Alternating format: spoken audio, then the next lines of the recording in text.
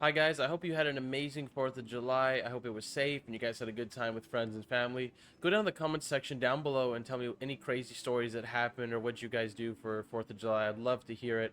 Anyways, guys, in today's video we are going to be talking about the Paragon, specifically for the Sorcerer, and mistakes to avoid and things that you can do to make your build even stronger. Remember, the beauty about Diablo 4 is genuinely you really can make any build that you want. As long as you understand how to build damage and how to build your board, you can make anything work in this game.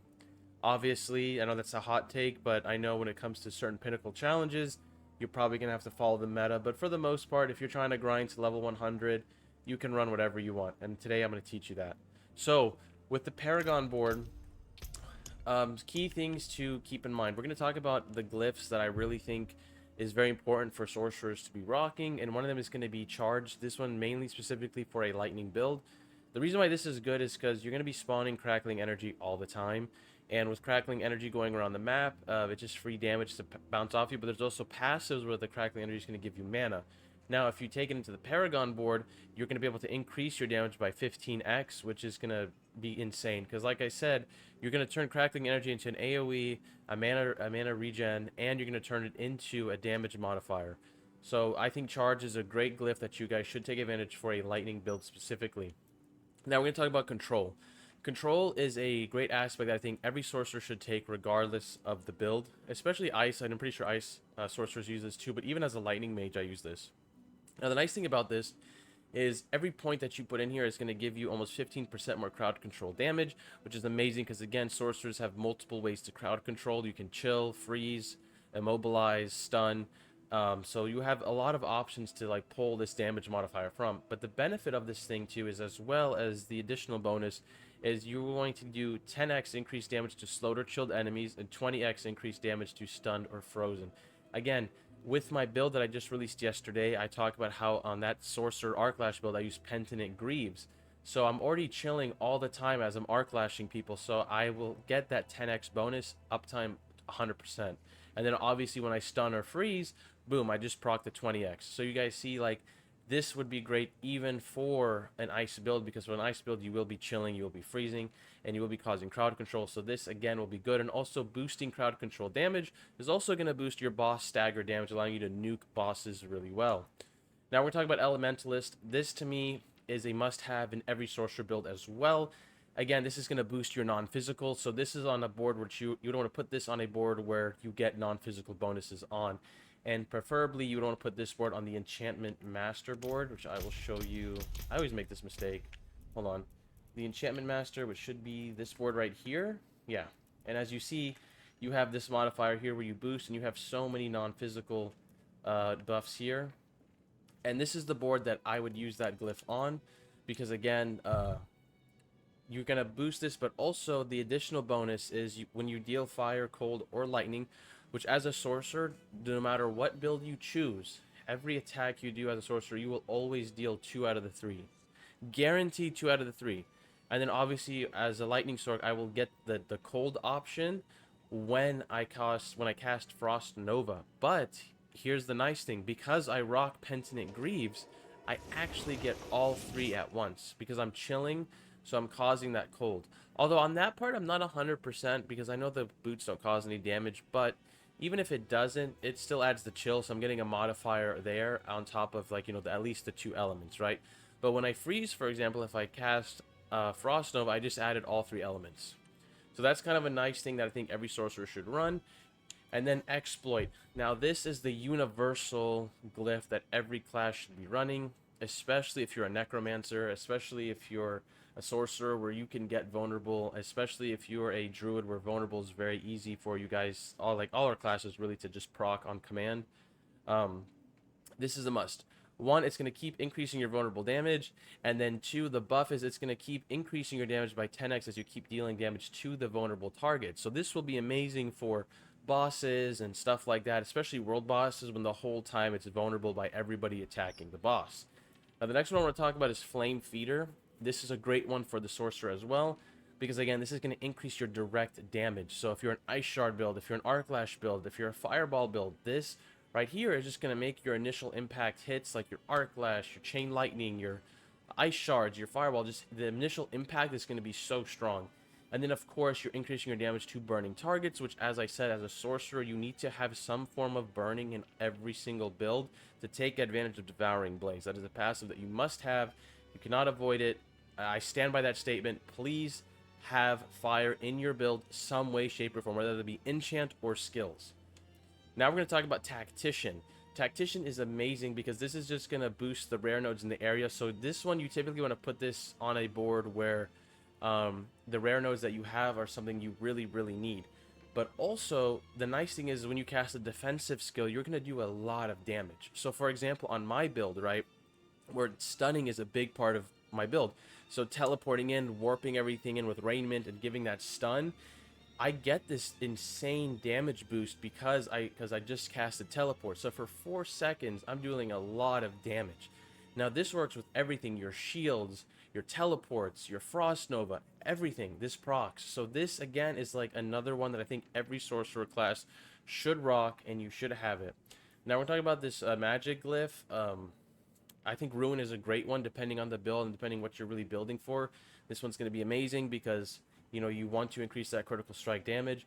I think when it comes to the magic nodes, you only want 2, and that's going to be the magic version. This is going to be the critical strike damage of this one, and then of course you're always going to want to grab the vulnerable version depending on the build. I really think other than that, you shouldn't waste your time with the other ones. I think you're more benefiting from getting a rare node than you are the magic nodes, but these are the nodes that I could see someone making a case to grab for sure. Now we're going to talk about Territorial. This is another great one. I gave this one up because for me, survivability wasn't an issue. I'm able to do like tier 60 nightmare dungeons, tier 70, and survive. Like, yeah, like, will I die? I'll die, but I mean, I'm not going to die to the point where I can't complete. I'm not dying that much where I can't complete it. So to me, I would rather give up the DR and get more damage. So I swapped it out with another glyph. But this right here, this is something that I would definitely recommend that you guys get, but only really if you're an Arclash build. Because again, like, close targets, they have to be in melee range, right? That's the circle for close targets. If you're like an Ice Shard build, you can't really take advantage of this. You can take advantage of the second passive, and maybe the close passive, sure. You can make a case for like freezing everything and going off. So I guess you could really in any build, but I pass this up for more damage. Now that we kind of talked about, I think, the very important glyphs, all the other glyphs are really, like, in my opinion, very situational and really depending on your build and your playstyle and what you want to run and the identity you want for your build. But now I want to get into the board, and I want to talk about just, I think, a must-have choice for your first board, and then I'm going to kind of explain what happens when you start adding boards. So, for the Sorcerer, right, the first board that I think every sorcerer should get in any build is going to be the Burning Instinct board. And the reason why is because this board is going to give you increased damage to burning targets, and it's going to give you damage reduction, straight up damage reduction that you can take advantage of all the time because you will be burning everything. And then on top of that, this board is also going to give you damage to elites and more damage to burning. So this board right here to me is a must, and I really think it's one that you should grab. And the reason why I'm telling you guys you should grab this board is because this board right here is a very willpower focused board. Like, it has 2 buffs, that are very built into willpower. And something that you want to keep in mind is as you're building your board, you have to pay attention to the rare nodes, because the rare nodes, as you keep adding, they're going to keep scaling. So these were at 270. Now these are at 350, 380, 360, 340, 475. So like you see, like, and as you keep going, it's going to go up. 430 now, 450, 450 again. Now this one should be in the 500s, 530, 530, and then obviously as we come up here, we're gonna need 600. So you guys see, what I'm basically trying to tell you is, as you're putting your boards on, you have to look at it and be like, okay, what stats do I really want from the rare nodes, and do I really want to build up the stat requirement to get it? So for example, on the Sorcerer, to get a lot of these nodes, sometimes you're gonna need willpower or dexterity for them. And obviously, as a sorcerer, I want to get as much intelligence and as much dexterity as possible, because that's going to give me more damage and that's going to give me more crit. All willpower it's going to do is going to help with my regen, resistance, and overpower damage. I don't really care for all that. I don't need that. I can't really take advantage of overpower like that. I have a 3% overpower chance. My overpower bonus with this current setup is 240%. I'm barely overpowering. I'm critting more than I am, so that's unfortunately just like a waste. But you know what? You have to get it. So with that being said, when you're planning your route with your boards, you want to pick, okay, what are passives that I really want that I know I can get without having to compromise damage. And what I mean by that is, so for example, up here, right? I really want to get this increased vulnerable damage, right? But up here, I do not care for this chilling resistance, right? I don't care for it. I only grabbed it because I need the intelligence. I only grabbed it because I needed to get to the dexterity to like make it possible for me to get what I need here, right? Now, speaking on that, going down, as you can see, like over here, willpower.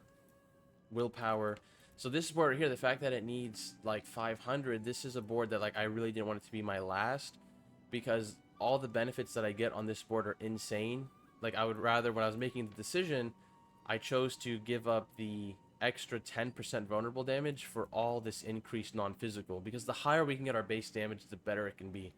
So I guess the better way of me explaining it is like, as you guys are playing and messing with your boards, because like I said, you might have different boards than me. Your build might be completely different than me.